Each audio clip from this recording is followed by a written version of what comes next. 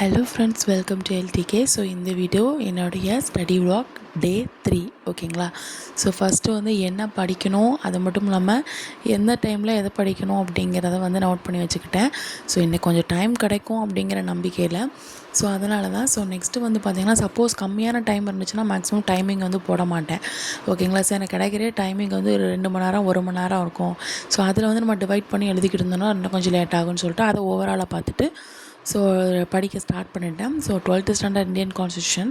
So அது வந்து எனக்கு வந்து என்னென்னா லாஸ்ட் இது வந்து கொஞ்சம் அப்படியே குழப்பமாகவே இருந்துச்சு.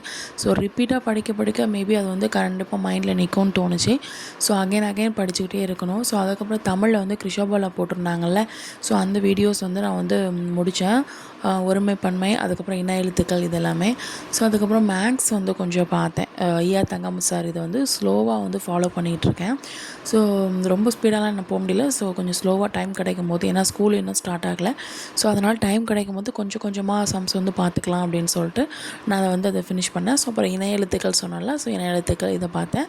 ஸோ ஒருமை பன்மையில் 2 வீடியோ கொடுத்துருக்காங்க. ஸோ அதையும் பார்த்தேன். ஸோ இதுதான் என்னுடைய டே 3 ஸ்டடி vlog.